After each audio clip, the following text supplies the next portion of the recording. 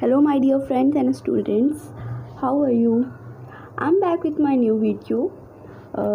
Last video में हम लोगों ने 4 पैराग्राफ्स पढ़े थे और जो लोग मेरी वीडियो फर्स्ट टाइम देख रहे हैं वो डिस्क्रिप्शन में जाकर पहले मैंने लिंक दी है, पहले उस वीडियो को देख लें ताकि आप लोगों को चैप्टर अच्छे से समझ में आए। बीच से चैप्टर पढ़ने से कोई फ़ायदा नहीं होगा। चैप्टर तो आप लोगों को पता ही है, एडिसन के बारे में था। पिछली वीडियो में मैंने बताया है थॉमस अल्वा एडिसन जिन्होंने इलेक्ट्रिक लाइट और ग्रामोफोन का इन्वेंट किया था, उनके बारे में ये कहानी है। टुडे हम लोग पैराग्राफ 5 से अपना चैप्टर स्टार्ट करते हैं। Let's start. Once he went to a poultry farm with his mother. There he saw a hen.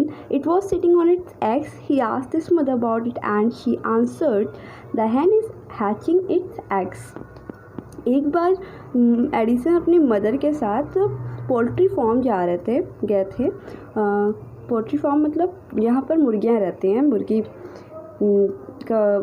को लोग पालते हैं। देयर ही सा अ हैन, वहाँ पर उन्होंने क्या देखा, एक मुर्गी देखा और वो जो है अपने अंडों पर बैठी हुई थी। He asked his mother about it and she answered, और इसके बारे में उन्होंने अपने मदर से क्वेश्चन किया तो मदर ने क्या आंसर किया, मुर्गी अपने अंडे दे रही है।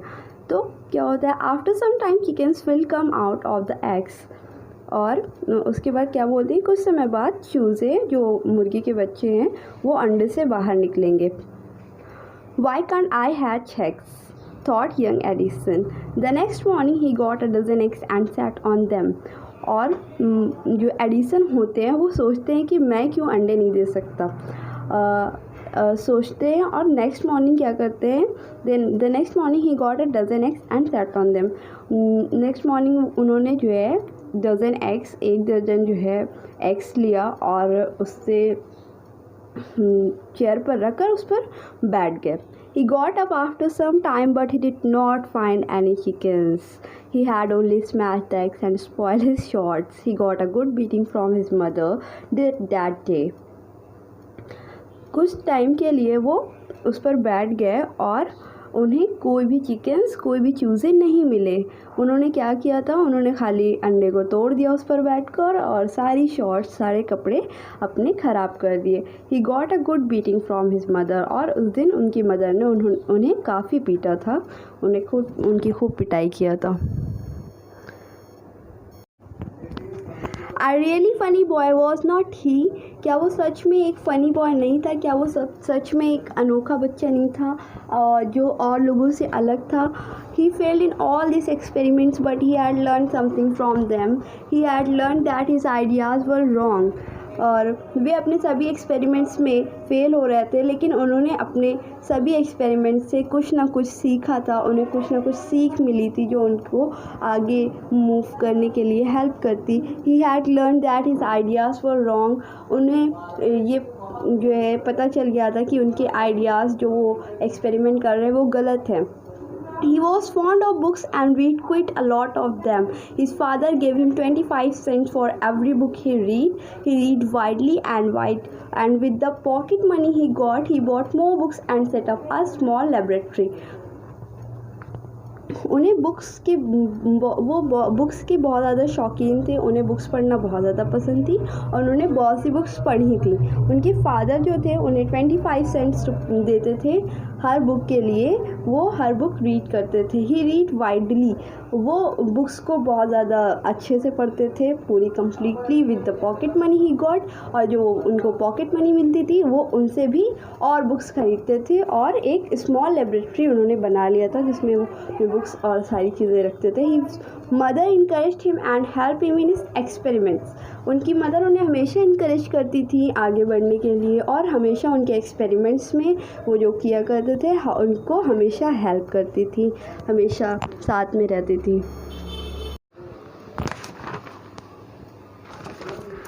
After some time, Edison found that he needed more money to carry on his experiments. He wanted more books as he had read all the books he had at home. कुछ time Edison ने देखा कि उन्हें और पैसों की ज़रूरत है अपने एक्सपेरिमेंट्स को कंटिन्यू करने के लिए और उन्हें और बुक्स की भी ज़रूरत है क्योंकि उनके पास जो भी बुक्स थी उनके घर में वो सारी वो पढ़ चुके हैं। He wanted to go out and he wanted to go out and see new places and new people. He wanted to read new books and to improve his knowledge. वो बाहर जाना चाहते थे, न्यू प्लेसेस देखना चाहते थे और new लोगों से मिलना चाहते थे। और he wanted to read new books and to improve his knowledge, और वो नई बुक्स को पढ़ना पसंद करते थे और अपनी नॉलेज को इम्प्रूव करना चाहते थे। So he decided to take up a job in the railway. At first his parents did not like this idea as he was just 12 years old, but they agreed when he gave them good reasons for his decisions.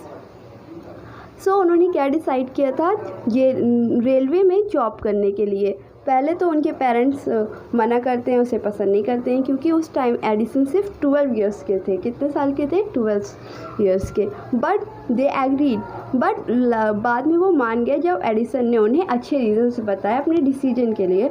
So Edison became a newspaper boy and travel up and down the train to Detroit. He sold newspapers, sweets and fruits and earn $2 on the first day. So Edison क्या बन गए थे? एक newspaper boy बन गए थे और उन्होंने ट्रैवल करना स्टार्ट कर दिया ट्रेन पर। और उन्होंने क्या बेचा था? न्यूज़पेपर्स बेचे थे, स्वीट्स बेचे थे, फ्रूट्स बेचे थे। और उससे उन्होंने एक फर्स्ट डे में ही कितने डॉलर्स कमाए थे? $2 उन्होंने कमा लिए थे। He said to his mothers at supper that night, take this $1 mother, every night I shall give you $1 from what I earn. और उसी रात उन्होंने अपनी मदर से क्या बोला? Take this $1। वो अपनी मदर को वो $1 देते हैं और कहते हैं कि हर रात को मैं आपको $1 दिया करूँगा, जिसे मैं कमाता हूँ उनसे मैं $1 आपको भी दूँगा। और and he kept his promise, और उसने अपना प्रॉमिस पूरा किया।